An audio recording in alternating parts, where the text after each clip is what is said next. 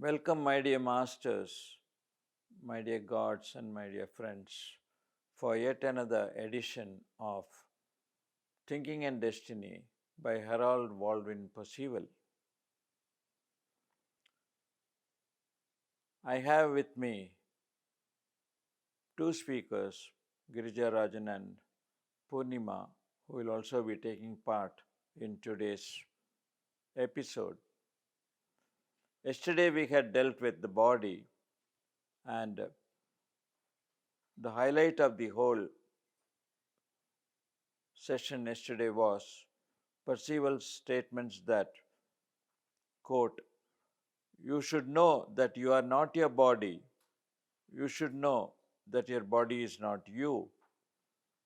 You should know this because when you think about it, you realize that your body is very different today from what it was when in childhood you first became conscious of it. Unquote. So, having seen what the body is and how the body is distinct from us, let us try to understand what Percival repeatedly refers to and discusses about, and that is the triune self. The triune self consists of the doer in the body and the thinker and the knower separate from the body. So I go on to read the selected and chosen messages by Brahmashri Pitamaha Patriji from this book. These are important to understand what Percival really meant any spiritual seeker to understand and know when he is on the way to enlightenment. So I continue with the reading, after which we'll have a discussion. As you become more and more under the control of your body senses, you become less and less conscious that you are something distinct from the body that you occupy. And as you grow out of childhood, you will lose touch with practically everything that is not perceptible to the senses or conceivable in terms of the senses. You will be mentally imprisoned in the physical world, conscious only of phenomena, of illusion. Under these conditions, you are necessarily a lifelong mystery to yourself. A greater mystery is your real self, that greater self which is not in your body, not in or of this world of birth and death, but which, consciously immortal in the all pervading realm of permanence, is a presence with you through all your lifetimes, through all your interludes of sleep and death. Man's lifelong search for something that will satisfy is in reality the quest for his real self, the identity, the selfness and the I-ness with each one is dimly conscious of and feels and desires to know. Hence, the real self is to be identified as self-knowledge, the real though unrecognized goal of human seeking. It is the permanence, the perfection, the fulfillment which is looked for but never found in human relations and effort. Further, the real self is the ever present counselor and judge that speaks in the heart as conscience and duty, as rightness and reason, as law and justice, without which man would be little more than an animal. Thank you very much, Rajan sir, for having expressed those words. Very fantastic revelation by our great spiritual master Percival. We all know, as part of the Pyramid Spiritual Society's movement for the past 23 years, we have been hearing Patriji telling us that this entity that enlivens this body as a machine to live on this earth is known as the Atman. It is widely known It is, its equivalent is soul in English language. And he says this entity is the consciousness, the energy and wisdom part. These three, the wisdom, consciousness and energy together forms the Atman. But Percival goes a step ahead to describe the consciousness from which everything has come out. The consciousness, he says, is divided into three parts, and he calls that as the triune self. The triune self has got one doer part which comes onto the earth to do the things, to make the body do the things that is essential for our living. So, the doer is separate from the other two parts which are known as the thinker and the knower. He says they are in another permanent realm of being, and they are immortal all the time. So, they are all the time they will be, that is what Percival says. And our man's quest always is to find out what he is, who he is and what is his purpose of living here. And Percival goes on to say that the only and the most important purpose of every human's life is only to find out his own self. He is conscious dimly about it, but never is able to completely recognize it, completely know of it, completely be conscious of the consciousness. That is the truth that is there on this earth. But by listening to great masters, by reading many books and hearing the experiences of others, yes, our knowledge builds up, and definitely the wisdom will one day or the other bloom from within, and we will be able to be conscious of that great consciousness from which the entire cosmos has come into being. Thank you, Mrs. Girjarajan. Hello, friends. So, this paragraph is wonderful. I would like to add some more points.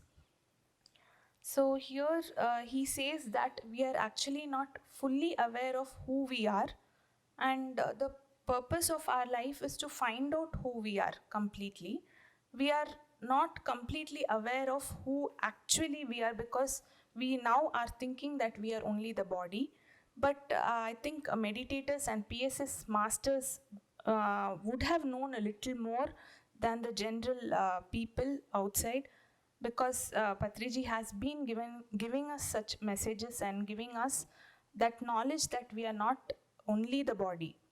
So we know a little more of ourselves, but we should also enhance our knowledge. That is what this book is trying to give that message. Percival is trying to give that message that we should go into deeper states to get that knowledge.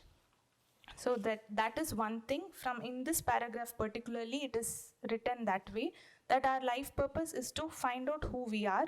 And in the next line, he actually says that we should be more conscious of our the inner voice that comes to us, that is our rightness, that is we should act according to our dharma, and also the reasoning capacity of what is wrong and what is not wrong, what is truth and what is untruth. So I think meditators will have that clear voice inside ringing into them every time they take a step. It will be there. So you should, I think, pay more attention to that voice, and because that is the only thing, he says, which makes us a little different from a little above the animals. Animals don't have conscience actually. So we are the ones who should be actually listening to that more often and taking the right steps according to the dharma. So that is what I would like to add here. I think we can go on to the next paragraph now. Thus, by thinking, You come to regard yourself no longer as a body bearing a name and certain other distinguishing features, but as the conscious self in the body. The conscious self in the body is called in this book the doer in the body. The doer in the body is the subject with which the book is particularly concerned. You therefore will find it helpful, and as you read the book, to think of yourself as an embodied doer, to look upon yourself as an immortal doer in a human body. As you learn to think of yourself as a doer, as the doer in your body, you will be taking an important step toward understanding the mystery of yourself and of others. You are aware of your body and of all else that is of nature by means of the senses. It is only by means of your body senses that you are able at all to function in the physical world.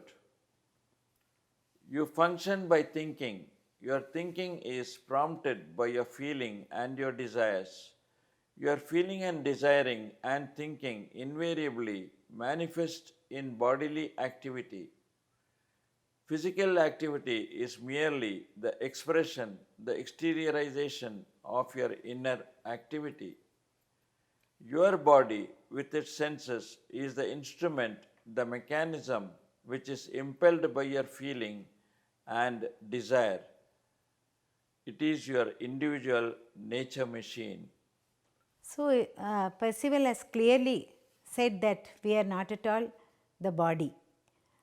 Even the previous episode, we have come to know that what he says is very, very clear, and he says that as the body is undergoing so many changes every second, there is a split second, there is a change in the body. So, how can we say that it is that? Because there is no uncertainty, it keeps on changing. So, we cannot say that we are the body. So, who are we? What are we? That is a question that is asked by every individual. We know dimly that we are not the body, but yet we have not paid that much attention or given much thought about it to know that we are not the body and that we are the essence that is enlivening the body or making the body active and alive. That is what is the doer. That part is known as the doer in the body. He calls that part which activates the body, that part is known as, that part of the consciousness is known as the doer in the body. So, now with the doer, how does the doer function? It functions through the feelings and desires. So, the feelings and desires, they prompt the thoughts to come out, and then we are creating those thoughts, it comes into action. It comes into it is thrown out to the world through our words and our actions. That is how people come to know us, by our words and our actions. So, even our speech is one form of action only. So, everything comes out as action. So, through the doer doing all this from behind, unseen and unknown, that entity is we. We don't understand. With the help of the knower and thinker who are somewhere else, they are in some other permanent realms, they have not come onto the earth, yet the doer performs exceedingly well, making the body work the whole lifetime. So, we should understand this very clearly before we move on. So, we are the doer in the body. So, that is what we should understand first of all very clearly. Here she has made the point that we are the doer in the body. So I feel that is also the doer in the body is our Atman, I would call, or a part of our mind, because we have come to the physical level. So Patriji says, as Patriji says, that mind is the Atman in the body. So as we develop our mind, the doer part gets more and more more conscious of who actually we are, and every step we take will be more and more, we will be taking with a lot of awareness. So that is what he means here. So we should know more about this. I think in the coming pages and paragraphs, we will know who we are more and more. Your senses are living beings, invisible units of nature matter. These start forces that permeate the entire structure of your body. They are entities which, though unintelligent, are conscious as their functions. Your senses serve as the centers, the transmitters of impressions between the objects of nature and the human machine that you are operating. The senses are nature's ambassadors to your court. Your body and its senses have no power of voluntary functioning, no more than your glove through which you are able to feel and act. Rather, that power is you, the operator, the conscious self, the embodied doer. Is excellently given by Mr. Percival, that we are not the body, we are not the machine, we are the operating force, that is the energy that really makes the body function. And how do we come to know about the objects of nature? Objects of nature are outside. So, how do we come to know about that, about all of them? It is the units of nature which are known as the senses. So, Percival says only through the senses we are able to know all this, the outside world, perceive the outside world and know about them through smell, through hearing and through taste. We come to know by seeing. So, by all these functions of the senses, we are able to know so many things. But the senses, do they have any intelligence? No, they do not have any intelligence by themselves. They are just operating one mechanism which is able to convey the message, that is all. It is only convey the message to the human machine. And finally, it has to go to the doer only, back to the doer, and to understand and to assimilate all that. So, it is the doer plays a very, very important part, and that the doer is ourselves. That is what we should understand. So, we should put ourselves there in the doer part, and we are being helped by the body machine and the senses in order to understand the outside world and to understand about so many things and go through the experiences and receive all that. The doer receives everything, all the experiences through these senses. So, it is a complex mechanism, no doubt, but it is not very difficult to understand also. At the same time, it is quite easy to understand if you only throw some thought on it. So, if we seriously think about all these things, definitely we are going to find out that we are the doer in the body. That is what Percival says. Here I would like to add some more light onto this para. He also mentions that it is like we have already seen in computer language, I would like to tell, we program something and that's done. It's just like that. So our mind is programmed, and that's how we see what we are seeing, that because we have already seeing something, because we've already programmed what to see. So it's already there within us. We have programmed it. Our mind is like whatever we are seeing is already given to us. That input is already given. So what we are seeing or what we are experiencing has already been programmed by us. So we should know where we are programming that. That happens with a no mind state. To go to where we have put the input, we need to go into a no mind state. That will happen in meditation. So I think that is what I inferred from this. So what the senses are mere what do you call the output The conveyors. the device or output device, which is already acting out what has been put. On sleep. Without you, the doer, the machine cannot accomplish anything.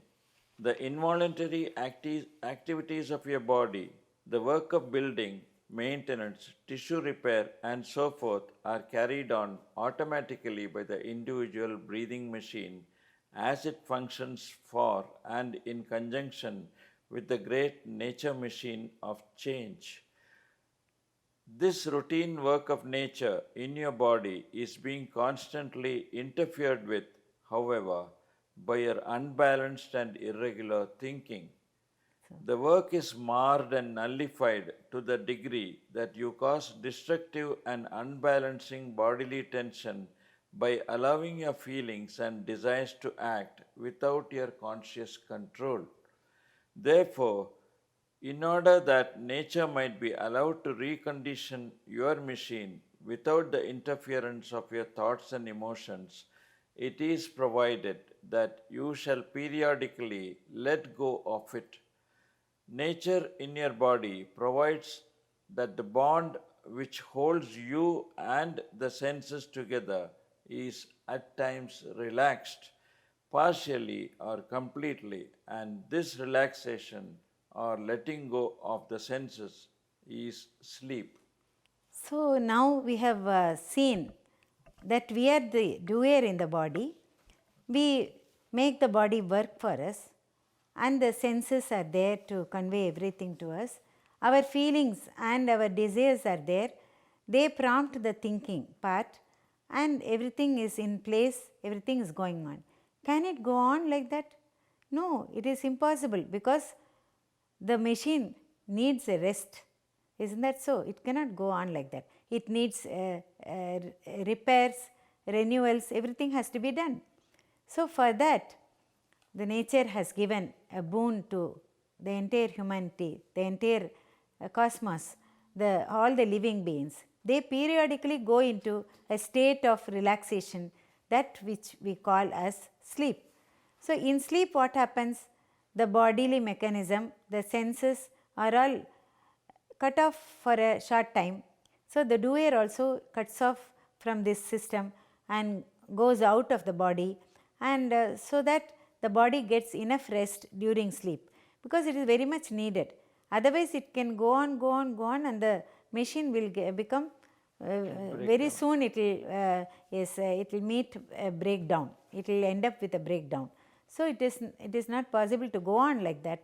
So that is why we have been given a boon. Periodically we should have that rest which we call as sleep. In that period the whole body is being repaired.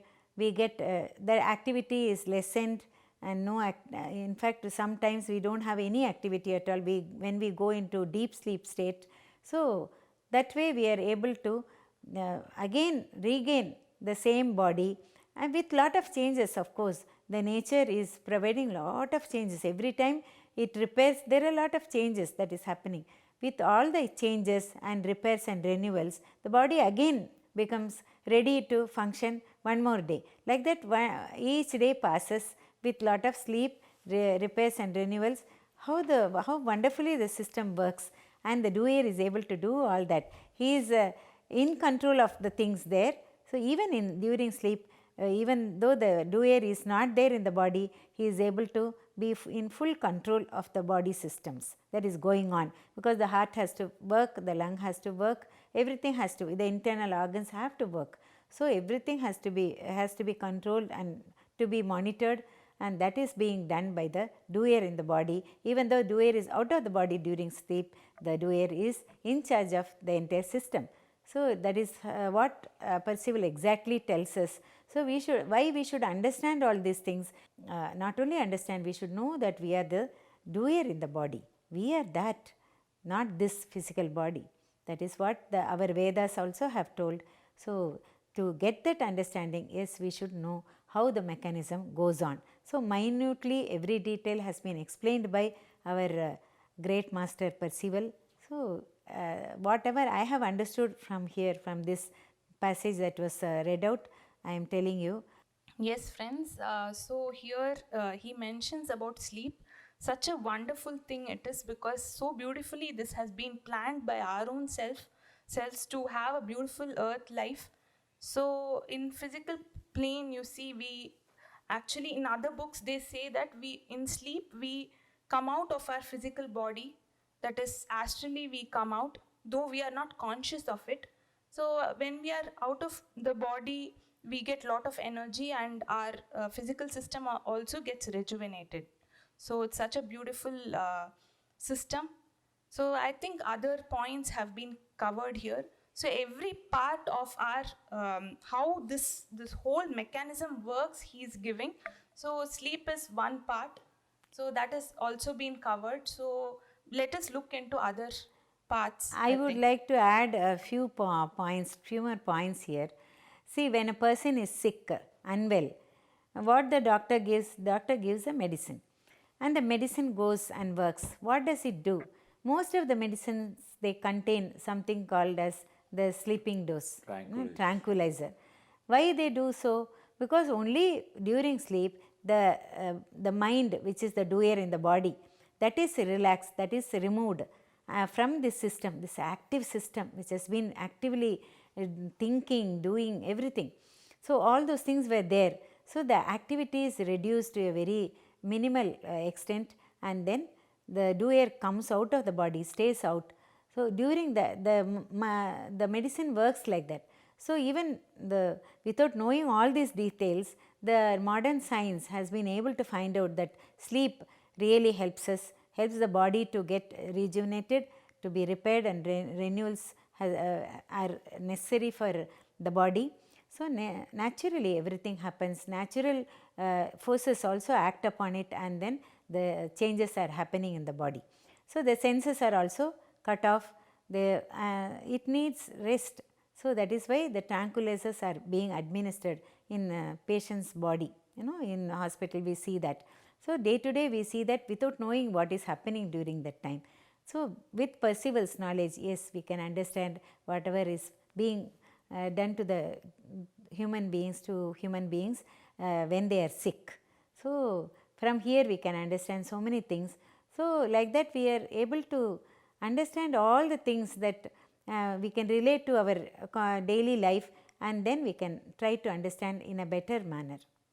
I would like to add one more thing, that other than the body and the mind which take rest, which get rest rather, deep sleep is a state in which each person withdraws himself, and not only that, even the senses are out of touch with the you are out of touch with the body is not out of touch with the senses, and so the sleep gives a complete relaxed position and a comfortable rest for the body. So there's one more para, and I would read that for the benefit of our masters. While your body sleeps, you are out of touch with it. In a certain sense, you are far away from it. But each time you awaken your body, you are immediately conscious of being the self-same I that you were before you left your body in your sleep.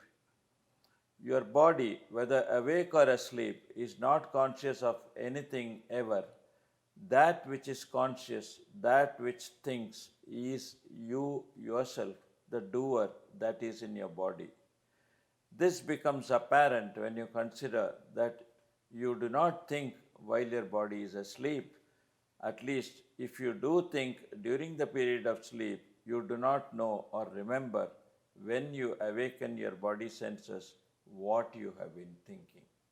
So it is a very great explanation given by our Percival, and what he says is that we have to come out of the body periodically in order to give rest and replenish the body, so that it can live a long life without any difficulty, without less of pain and less of diseases.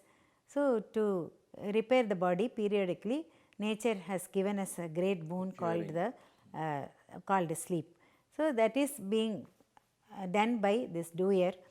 But think of the doer, when the doer he is inside the body, he is very much conscious, but the body is not conscious of that. Body is not conscious of the doer. Body is not conscious of anything. Only the doer makes it conscious. So doer is conscious about everything.